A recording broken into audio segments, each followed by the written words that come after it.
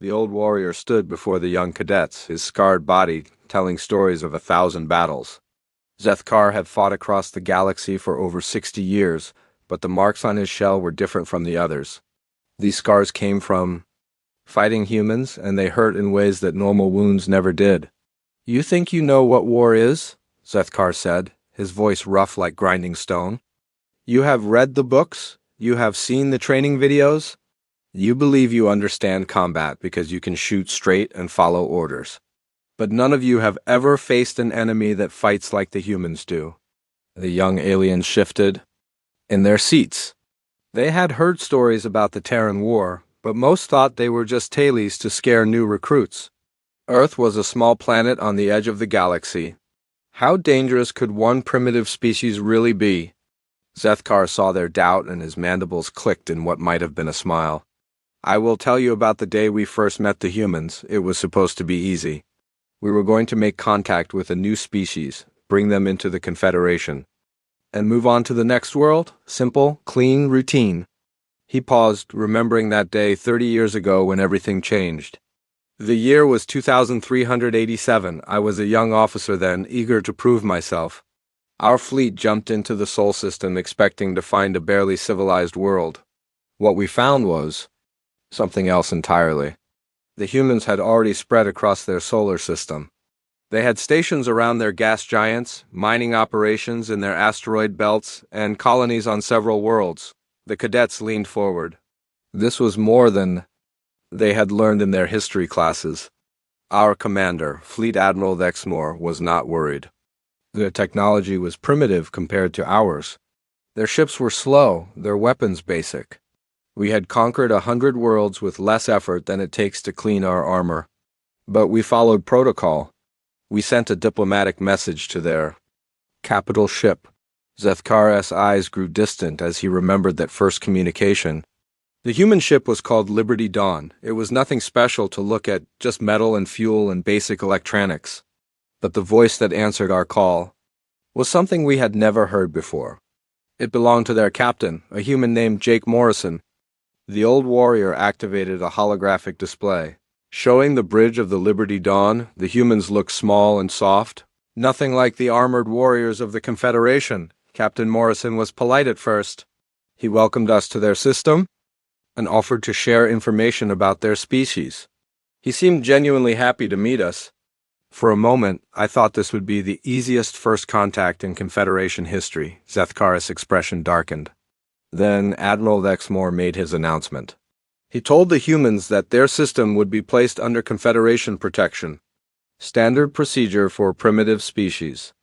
They would be relocated to a reservation world while we developed their resources. It was for their own good, he explained.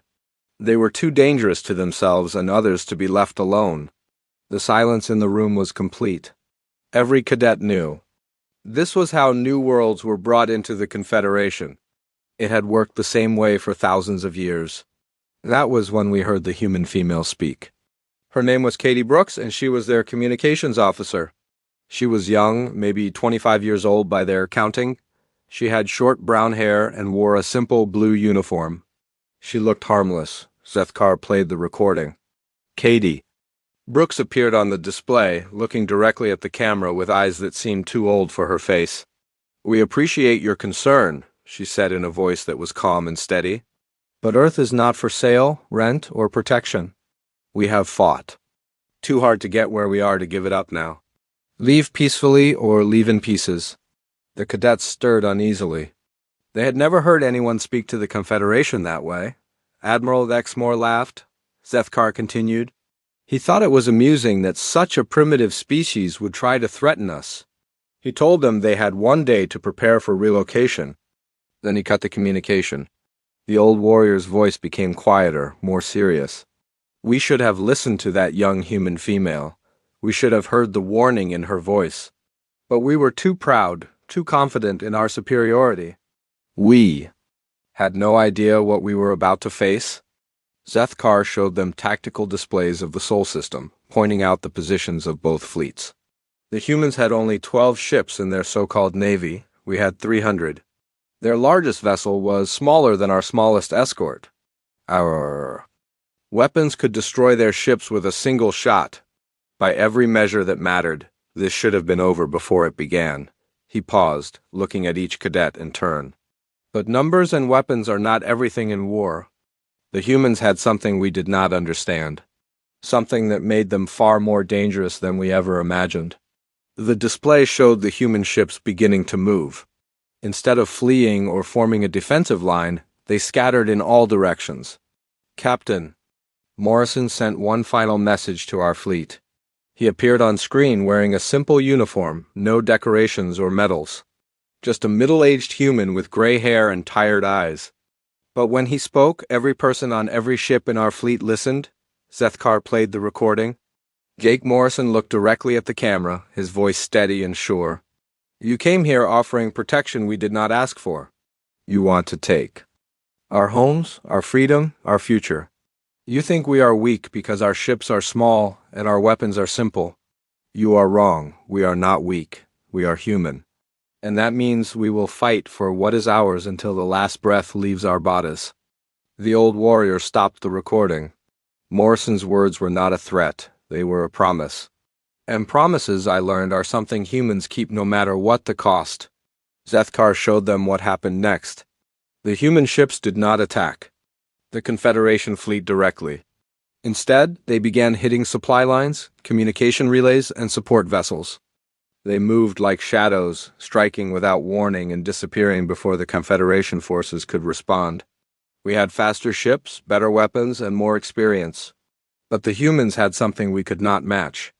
They fought like their lives depended on it because they did. Every battle was personal to them. Every ship lost was a friend or family member. Every defeat was a step closer to the end of everything they loved.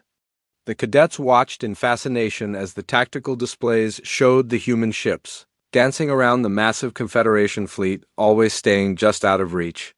For 3 days, we chased them through their system. We destroyed 4 of their ships and damaged 3 others.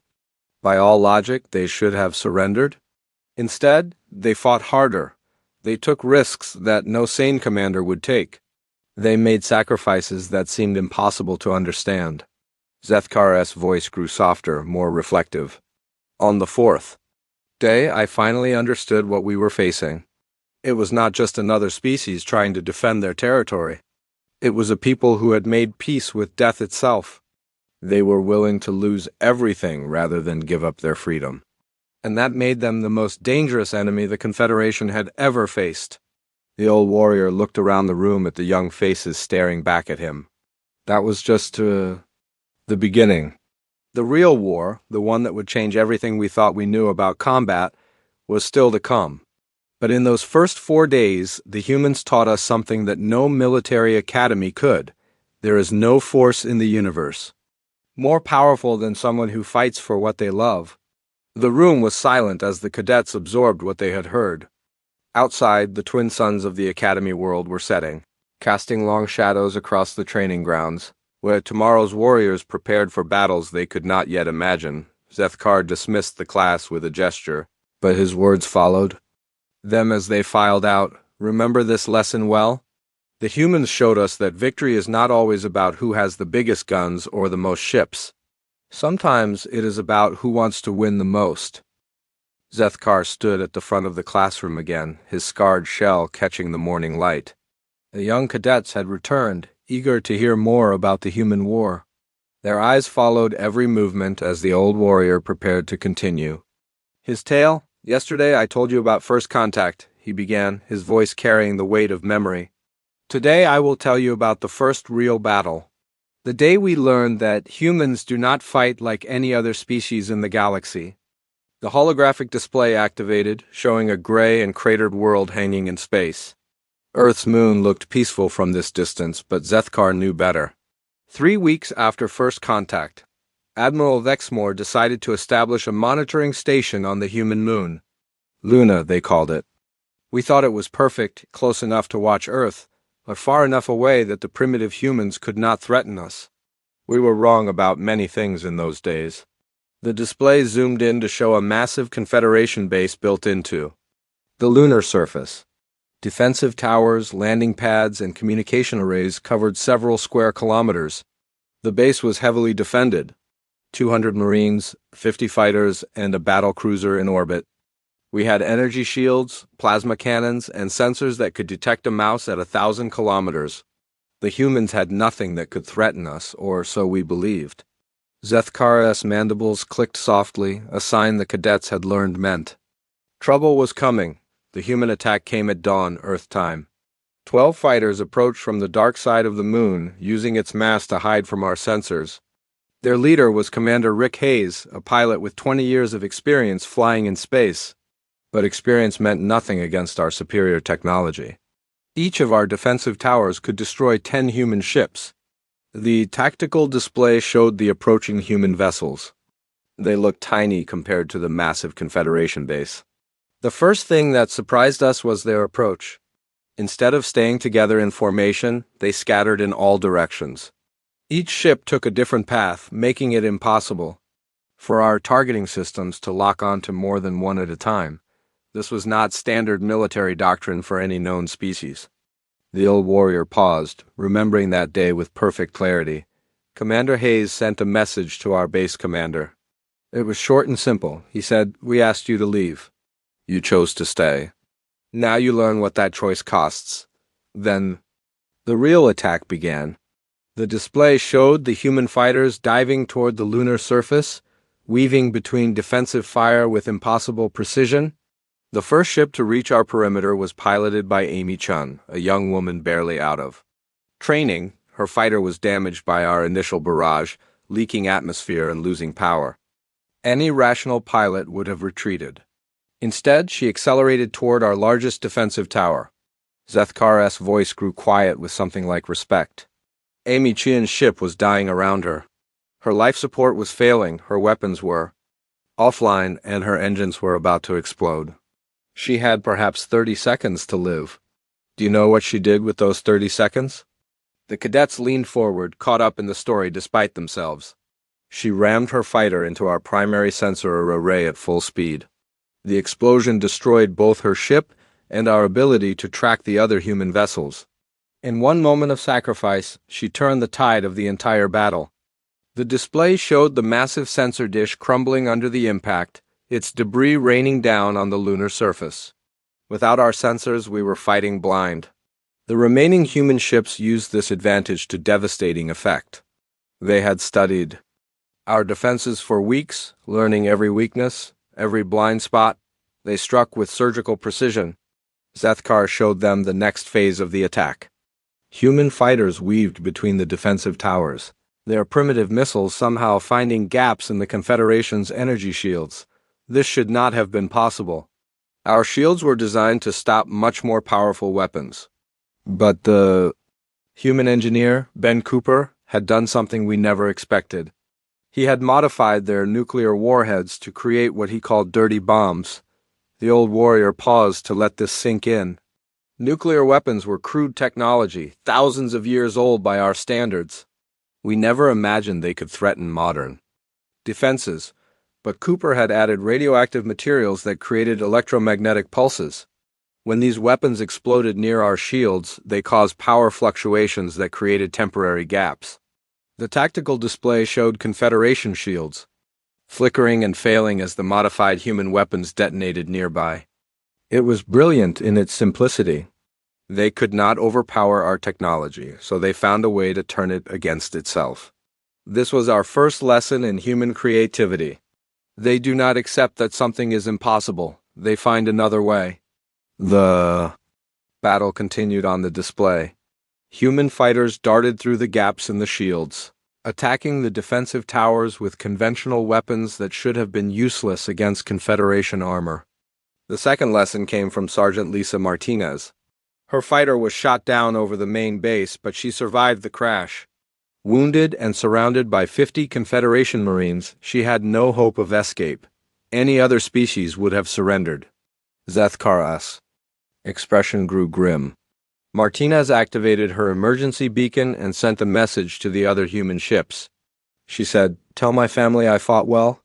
Tell Earth that Luna Station dies with me." Then she detonated every explosive device on her fighter. The silence in the classroom was complete. The cadets stared at the display showing the crater where Martinez had made her final stand. The explosion killed 17 of our Marines and created a breach in the base's main hull. But more than that, it sent a message that we were only beginning to understand. Humans do not just fight to win. They fight as if losing means the end of everything they hold dear. The old warrior continued his account of the battle. Human fighters pressed their attack despite impossible odds, each pilot pushing their damaged ships beyond all reasonable limits. Commander Hayes coordinated the assault with a skill that impressed even our tactical computers.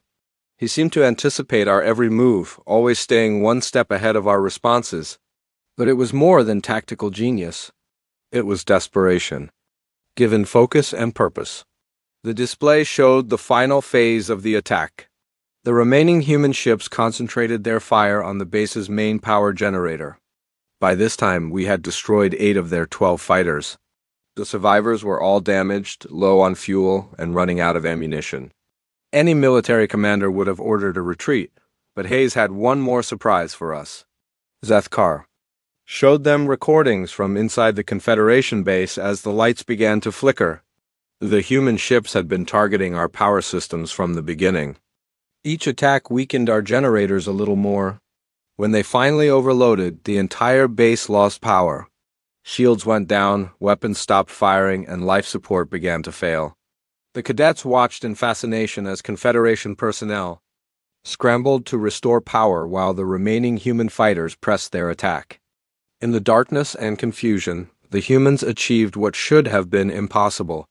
They destroyed Luna Station with 12 primitive fighters, losing 9 ships and all their pilots in the process. It was a victory that cost them everything. But they won. Zethkar deactivated the display and looked around the room. After the battle, our rescue teams found something in the wreckage that changed how we viewed the human species forever. Commander Hayes had survived the crash of his fighter, but he was dying from his injuries. Our medics tried to save him, but it was too late. The old warrior's voice became softer, more thoughtful. As Hayes lay dying, he looked at our base commander and smiled. He said, "You still do not understand, do you? This was not about winning or losing. This was about showing you that we will never stop fighting. Every world you take, every ship you destroy, every human you kill just makes the rest of us more determined. We are not like you. We do not know how to give up." The classroom was silent as the cadets absorbed this lesson. Commander Hayes died.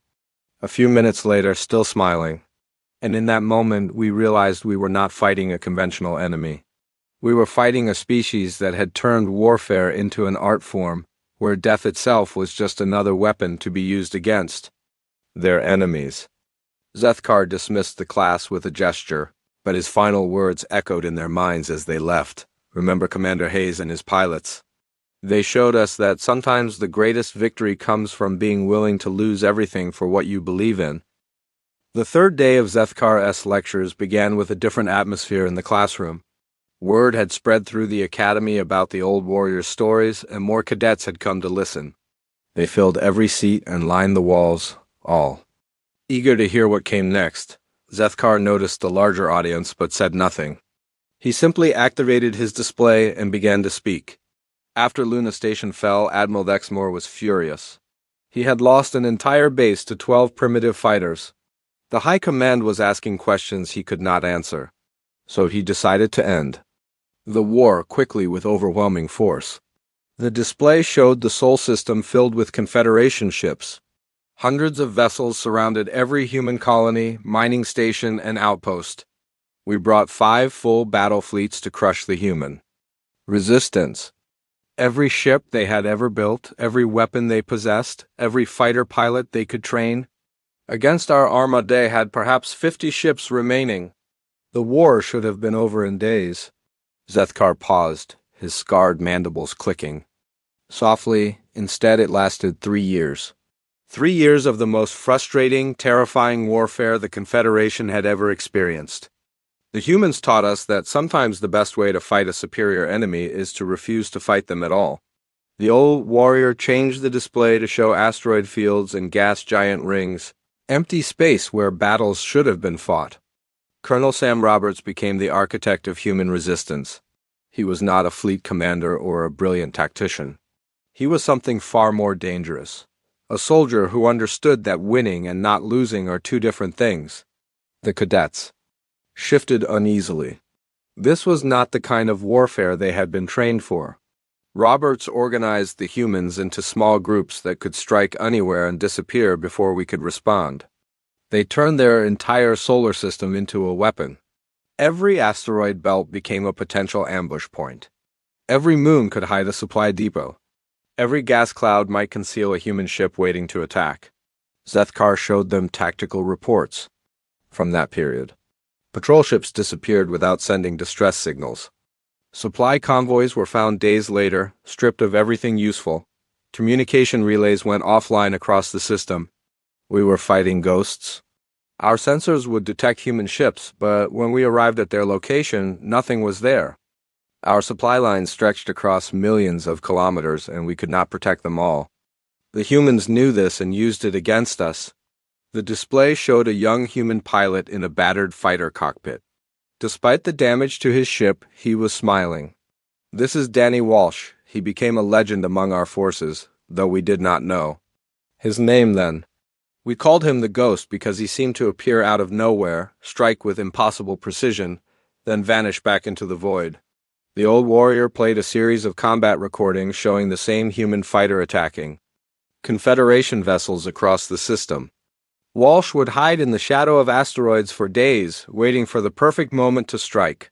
He knew our patrol schedules better than our own commanders. His ship was older than some of our cadets, held together with spare parts and determination. But he used it like a precision instrument. Zethkar highlighted one particular engagement where Walsh's fighter had somehow destroyed a Confederation destroyer. This attack should have been impossible. Walsh's ship had weapons that could barely scratch our armor. But he did not attack the destroyer directly. Instead, he targeted the fuel lines that fed its main engines. One precise shot caused a cascade failure that tore the ship apart from the inside. The cadets watched in amazement as the massive Confederation vessel exploded from what appeared to be a minor hit. This was another lesson in human warfare. They do not fight fair. They study their enemies, find weaknesses, and exploit them with ruthless efficiency. Honor means nothing if you are dead. The old warrior changed the display to show a human medical facility on one of the outer moons. But perhaps the most disturbing aspect of the human resistance was their use of psychological warfare. Dr. Helen Foster was a human medic who worked in their field hospitals. She treated wounded from both sides, human and Confederation alike. The display showed a middle-aged human woman in blood-stained medical clothes working over wounded soldiers. Dr. Foster began broadcasting her medical procedures to our fleets. She would operate on our wounded soldiers while explaining to viewers exactly how each injury could have been prevented if the Confederation had simply left Earth alone. Zethkar's voice grew quieter, more disturbed. She saved the lives of hundreds of our people. Our own wounded soldiers spoke of her with respect and gratitude, but every broadcast was also a weapon. She showed our forces the true cost of the war, the price being paid in blood and suffering. The cadets watched recordings of Dr. Foster calmly working on wounded Confederation Marines while speaking directly to the camera. "We did not come here to hurt anyone," she said in one broadcast. "We came here to defend our homes." Every soldier I treat, human or alien, is someone's child, someone's friend, someone who should be home with their family instead of bleeding on my operating table. This war can end today if you just leave us alone. The old warrior stopped the recording. These broadcasts had a devastating effect on our forces. Soldiers began questioning why they were fighting. Desertions increased. Morale collapsed. Dr. Foster never fired a shot, but she may have done more damage to our war effort than any human pilot. Zethkar showed them another series of combat reports, these focusing on human demolitions teams. The humans also had specialists who seemed to enjoy their work far too much. Tony Miller was one of them. He was an explosives expert who treated warfare like a complex puzzle to be solved with the right application of destructive force. The display showed a human mining station built into an asteroid. Confederation ships surrounded it, but the defenders refused to surrender. Miller was trapped in that facility with 30 other humans when we surrounded them. Any rational commander would have negotiated surrender terms. Instead, Miller sent us a message that I will never forget. The old warrior played the recording. A young human man appeared on screen, standing in what was clearly a mining facility. Behind him, other humans continued working as if they were not surrounded by enemy forces. "You want this asteroid mining facility?" Miller said with a casual smile. "Come and take it. But remember, I have got enough explosives here to crack this rock in half. Your choice. You can leave now and we will keep mining, or you can try to take this place and see what happens." The cadets stared at the screen. The human looked completely relaxed, as if he were discussing the weather instead of threatening to destroy himself and his companions. Admiral Vexmore thought Miller was bluffing. He ordered an assault on the facility.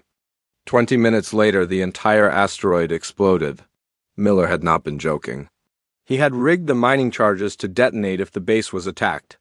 The display showed the aftermath, nothing but debris where the asteroid had been. 43. Humans died in that explosion, along with over 200 of our Marines. Miller could have surrendered and lived. Instead, he chose to take as many of us with him as possible.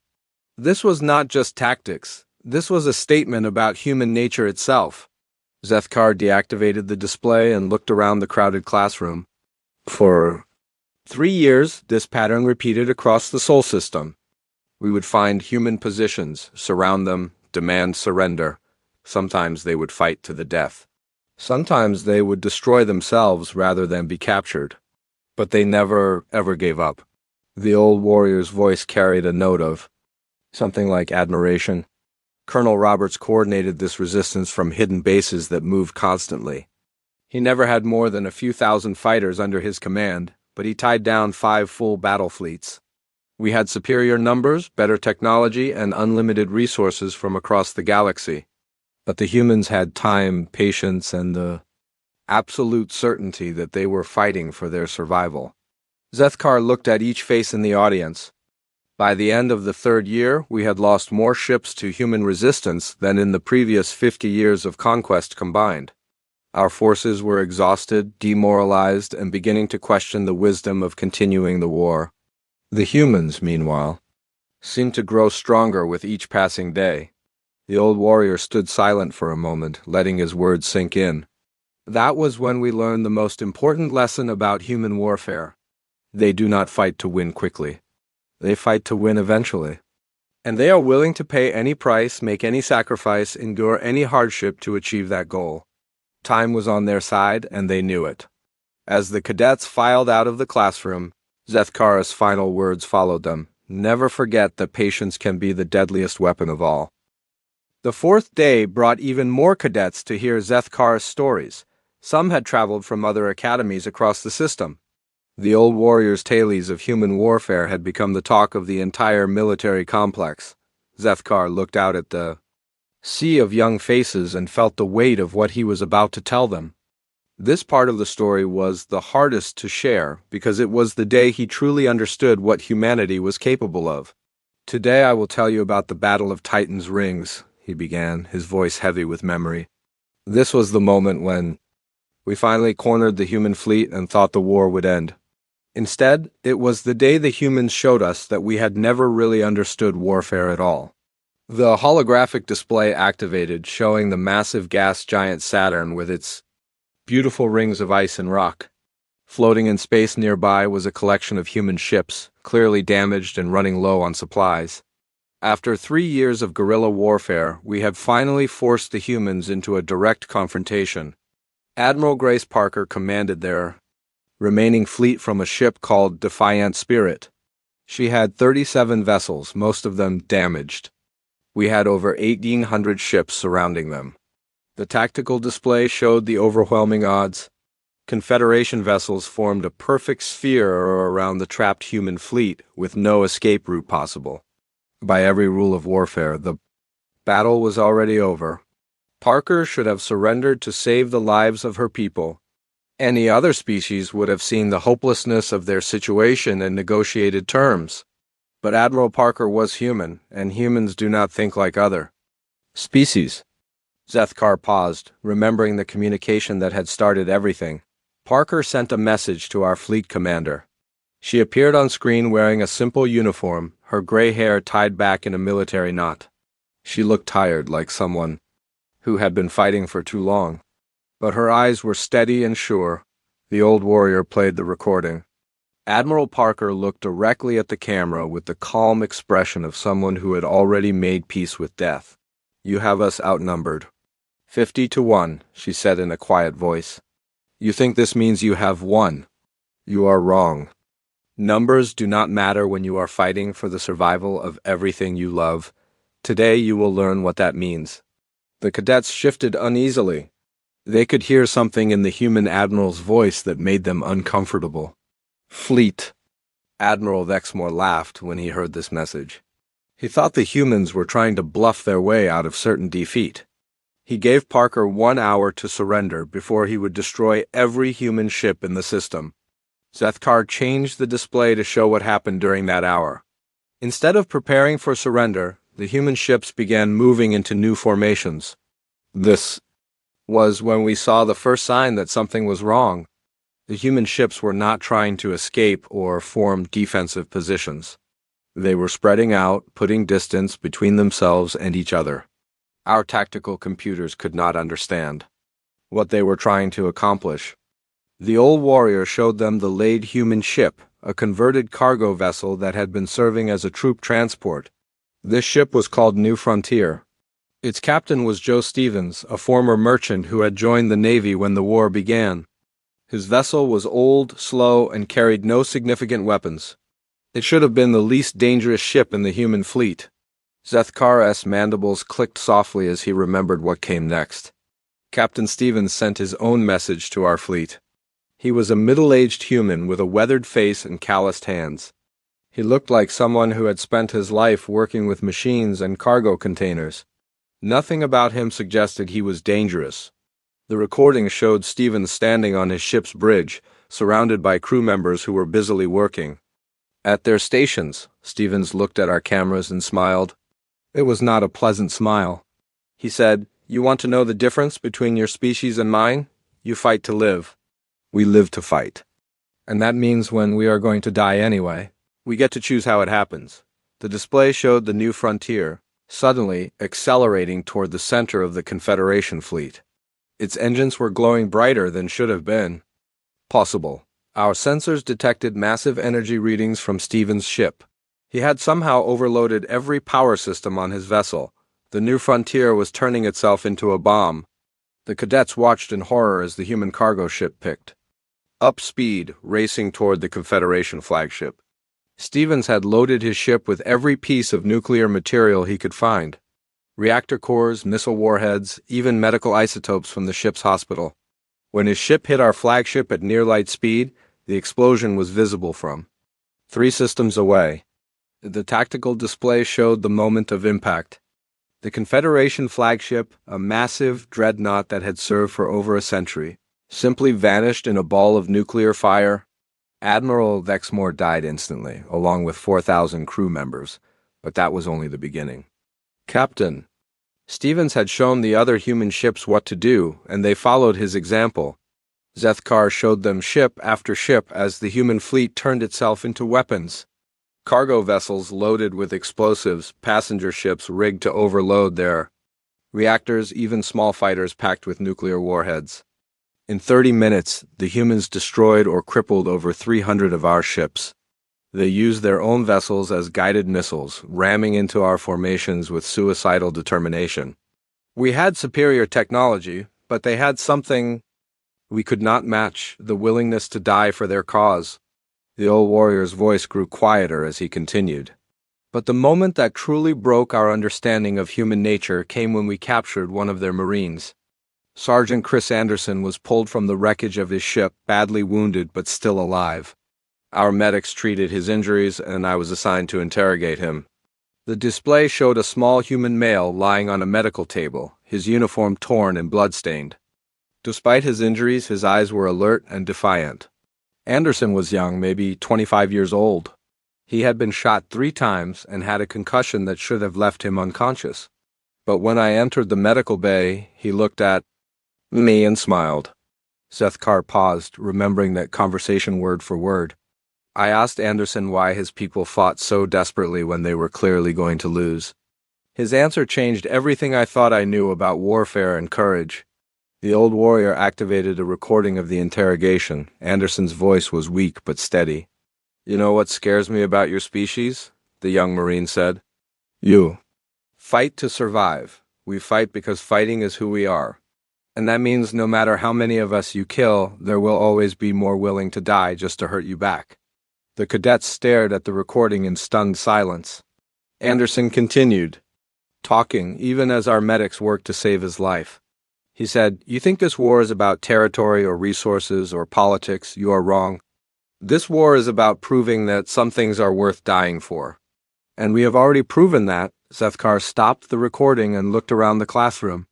While we were talking, another human was making the final point of their argument. Sandra Lewis was an engineer who had been captured during the initial assault. She was being held in our ship's detention center, apparently helpless. The display showed security footage of a human female working quietly in her cell. She appeared to be repairing damaged equipment with tools the guards had allowed her to keep. What we did not know was that Lewis had been studying our computer systems for weeks. She understood our technology better than some of our own engineers, and she had been planning something that would cripple our entire fleet. The old warrior showed them what happened next.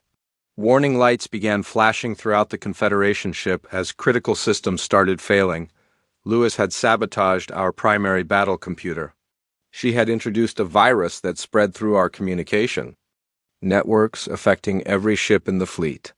Weapons stopped firing, shields failed, and engines shut down. The cadets watched as the mighty Confederation fleet was reduced to helpless metal floating in space. As our ship's systems collapsed around us, Lewis looked at her guards and said, "Something that I will never forget."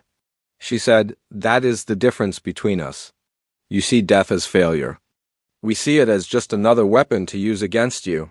Zethkar deactivated the display and stood in silence for a moment. By the end of that day, the human fleet was gone. Every ship destroyed, every crew member dead. But they had crippled our forces so badly that we could no longer continue the war. Admiral Parker and her people had traded their lives for the survival of their species. The old warrior looked around the room at the shocked faces of the cadets. That night, as I sat in the wreckage of our fleet, I finally understood what we were fighting. Not just another species trying to defend their territory, but a people who had made peace with death itself. They were willing to lose everything rather than give up their freedom, and that made them invincible. The classroom was silent as Zethkar dismissed the class. His final words echoed in their minds as they left. Remember the Battle of Titans. Rings. It was the day we learned that sometimes the greatest victory comes from knowing when and how to die. The fifth and final day of Zethkar's lectures brought the largest audience yet. Cadets from across the galaxy had come to hear the conclusion of his story. The old warrior stood before them, knowing this would be the last time he told this tale. "Today, I will tell you about the end of the war," he began, his voice carrying the weight of decades. "The day we learned that humans are not just dangerous fighters, but also the most terrifying negotiators in the galaxy." The holographic display showed the aftermath of Titan's rings. Confederation ships floated dead in space, their crews working desperately to repair critical systems. The human fleet was gone, but their victory was complete. After the battle, what remained of our forces limped back to Confederation space. We had lost over half our ships and most of our experienced commanders. The High Council was furious. They demanded to know how a primitive species had defeated the greatest military force in the galaxy. Zethkar paused, remembering the chaos of those days. But the humans surprised us again. 3 days after Titan's rings, we received a communication from Earth. It was not a demand for surrender or a threat of further violence. It was an invitation to peace talks. The display showed a middle-aged human woman in a simple business suit. She looked like a civilian, not a military officer. This was Ambassador Ruth Collins. She had been Earth's diplomatic representative before the war began. Now she was offering to negotiate an end to the conflict that had cost both sides so much. The cadets leaned forward, curious about this unexpected development. The High Council was suspicious. Why would the humans offer peace talks when they were winning the war? Some members wanted to refuse and send more fleets to crush Earth once and for all. But wiser voices prevailed. We agreed to meet at a neutral station in the Centauri system. Zethkar changed the display to show the interior of a space station. Confederation and human delegates sat across from each other at a simple metal table. The peace talks began badly. Our negotiators demanded unconditional surrender and reparations for the ships we had lost. The humans listened politely, then Ambassador Collins stood up and made a proposal that shocked everyone in the room. The old warrior played a recording of the historic moment. Collins looked calm and professional as she addressed the Confederation delegates. "We did not start this war," she said in a steady voice. "You came to our system uninvited and tried to take our freedom. We defended ourselves and we won.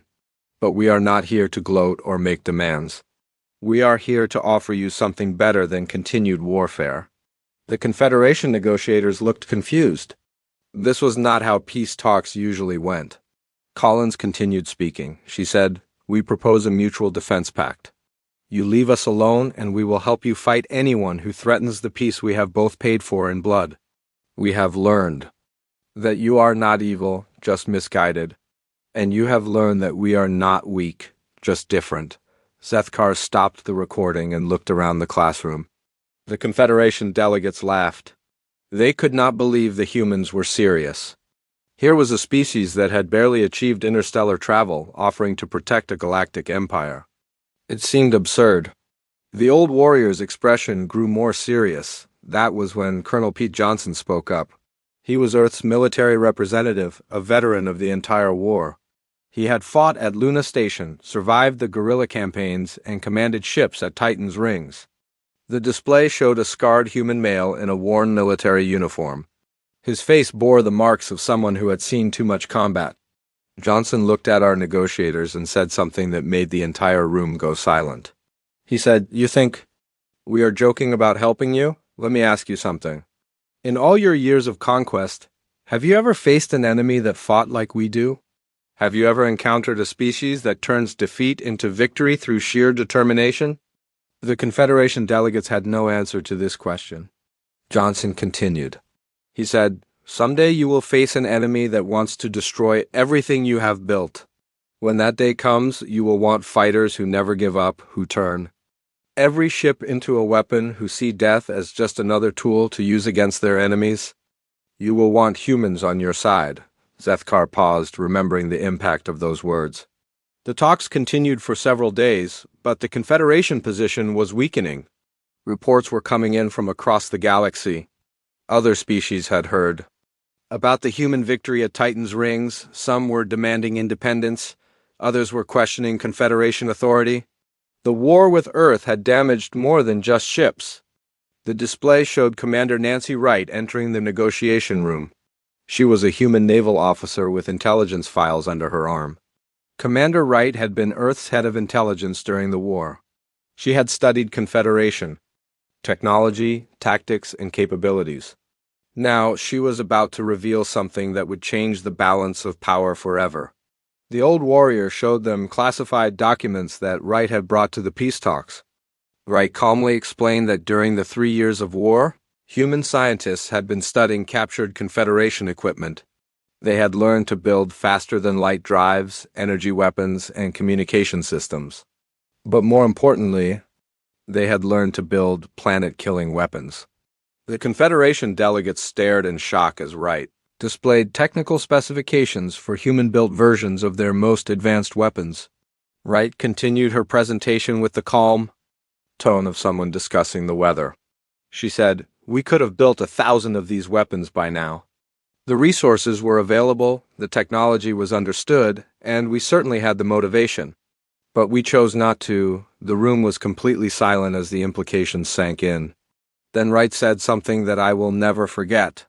She looked directly at our lead negotiator and said, "Unlike some species, we understand that having the power to destroy everything does not mean you should use it. We prefer to build things rather than destroy them. But make no mistake, if you force us to fight again, we will use every weapon at our disposal." Zethkar showed them the reaction of the Confederation delegates. Fear was clearly visible on their faces. Dr. Kevin Barnes was the last human to speak. He was their chief scientist, the man who had figured out how to build Confederation-level weapons. He demonstrated a miniaturized planet cracker no larger than a briefcase. The display showed a small device that hummed with barely contained energy. Barnes explained how the weapon worked, how it could crack a planet's crust or destroy a moon. Then he carefully shut it down and put it away. He said, "This is what we could do to your worlds if we wanted to. But we do not want to. We want peace. The question is, do you?" The old warrior deactivated the display and looked around the classroom. The Treaty of Titan was signed the next day. For the first time in galactic history, the Confederation agreed to a non-expansion pact with a so-called primitive species. Earth became an independent world, free to develop as they chose. Zethkar's voice grew softer, more reflective. But the most important part of the treaty was the Mutual Defense Clause. Earth agreed to provide military assistance if the Confederation was ever threatened by external forces. Many of our leaders thought this was meaningless. What could one small world do to help a galactic empire? The old warrior smiled, an expression that looked strange on his scarred features. 5 years later, the Devourers invaded from outside our galaxy. They were a species that consumed everything in their path, leaving dead worlds behind them. They had technology that matched our own and numbers that seemed endless. The cadets shifted uneasily. Everyone knew about the Devourer War, the closest the Confederation had ever come to total defeat. The human fleet that came to help us numbered only 200 ships, tiny compared to our thousands. But those human crews fought with the same determination they had shown at Titan's Rings. They turned every battle into a desperate struggle, every defeat into a costly victory for the enemy. Zethkar's voice filled with something that might have been pride. The Devourers had conquered a dozen civilizations before they met us. They expected another easy victory. Instead, they found human marines who fought to the last bullet, human pilots who rammed their ships into enemy dreadnoughts, and human engineers who turned captured enemy technology against its makers. The old warrior stood silent for a moment, letting his words sink in. The war lasted 10 years, but we won. The Devourers were driven back to the dark space between galaxies. And when the victory celebrations began, every species in the Confederation knew who had made the difference. The humans had proven that Colonel Johnson was right. We did want them on our side. Zethkar looked around the classroom one final time. That is why I tell you these stories. Not to frighten you, but to teach you the most important lesson in warfare. Strength is not about having the biggest guns or the most ships. Strength is about knowing what you fight for and being willing to pay any price to protect it. The old warrior's final words echoed through the silent classroom. Pray to whatever gods you worship that humanity remains our ally. Because the day they become our enemy again, that will be the day the Confederation learns what true fear means. The humans taught us that some things are worth dying for, and that makes them the most dangerous species in the galaxy.